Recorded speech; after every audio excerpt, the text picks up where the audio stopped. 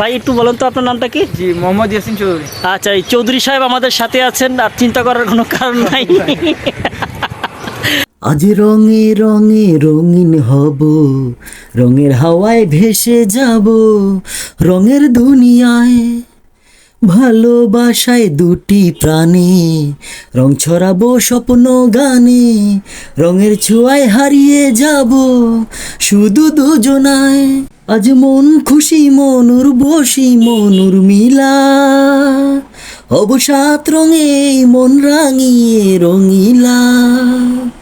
আজ মন খুশি মনুর বসি মনুর মিলা, অবসাত রঙে মন রাঙিয়ে রঙিলা।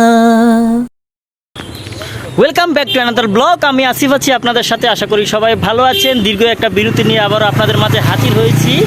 ঈদের ছুটিতে যদিও কোথাও বেড়ানো হয়নি, কিন্তু ঈদ গেল সেই প্রায় 1 থেকে 1.5 সপ্তাহ হয়ে যাবে। 1 সপ্তাহ থেকে 1.5 সপ্তাহ পর নতুন করে আবার আপনাদের মাঝে আমি চলে এসেছি। সঙ্গে আছে ভাই বন্ধু। তো আপনারা দেখতে পাচ্ছেন আমরা 3টা মোটরসাইকেলের যুগে 6 জন এসেছি।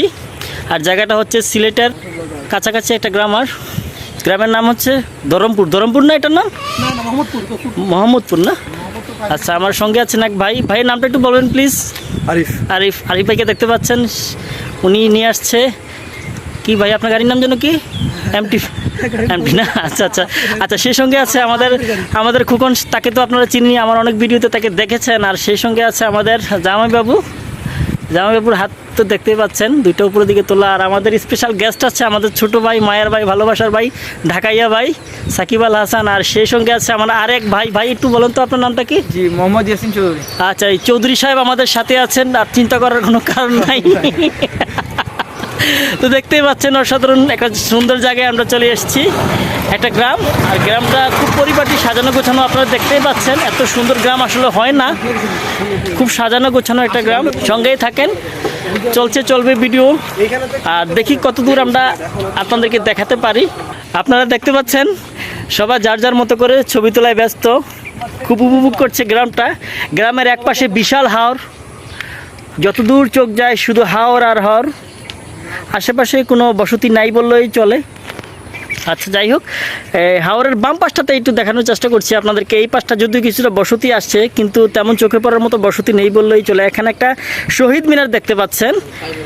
গ্রামটাকে আসলে আরও অনেক বেশি আকর্ষণীয় করে ফেলেছে এই শহীদ মিনারটা। শহীদ মিনারের পাশে একটা সরকারি প্রাথমিক বিদ্যালয়। আর গ্রামের নামটা হচ্ছে মোহাম্মদপুর সরকারি প্রাথমিক বিদ্যালয়ের স্কুল, এটা দেখতে পাচ্ছেন। আর এটা হচ্ছে গিয়ে দক্ষিণ সুরমা, সিলেটে অবস্থিত।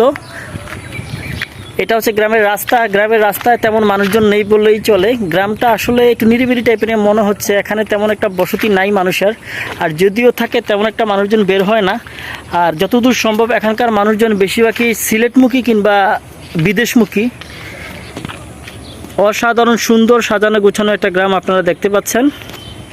আর আমার সঙ্গের সাথী যারা আছেন ওনারা তো যার যার মতো করে ছবি তোলায় ব্যস্ত। আপনারা চাইলে আসতে পারেন। এখানে আসার ঠিকানাটা হচ্ছে, আপনারা সিলেট থেকে যদি চলে আসেন তাহলে হুমায়ুন চত্বর থেকে আপনারা কটালপুরের উদ্দেশ্যে চলে আসলে এই গ্রামটা পাবেন। দক্ষিণ সুরমা মোহাম্মদপুর যে কেউকে বললেই সেই গ্রামের ঠিকানাটা আপনাদেরকে নিয়ে আসতে পারে এখানে। অবাক করার মতো ব্যাপার হচ্ছে গ্রামটা খুবই পরিপাটি, সাজানো গুছানো, কিন্তু তেমন একটা মানুষজন আমাদের চোখে পড়লো না। কেন পড়লো না সেটাই আসলে ভাবনার ব্যাপার। একটা ছাগল দেখতে পাচ্ছেন আপনারা, ছাগল ছাড়া তেমন একটা গ্রামের রাস্তায় মানুষজন আমরা দেখতে পাচ্ছি না। আর এখানেও 2টা ছাগল দেখা যাচ্ছে। আর একটা সুদূরে একটা সিএনজি দেখতে পাচ্ছি আমাদের কাছে আসছে। আর ওই দূর সুদূরে দেখতে পাচ্ছেন আপনারা 2টা মহিলা আসছে এদিক দিয়ে হেঁটে হেঁটে, তেমন কোনো মানুষ নাই তাছাড়া। তো ধন্যবাদ সবাইকে এতক্ষণ আমাদের সঙ্গে থাকার জন্য। সবাই ভালো থাকবেন, সুন্দর থাকবেন।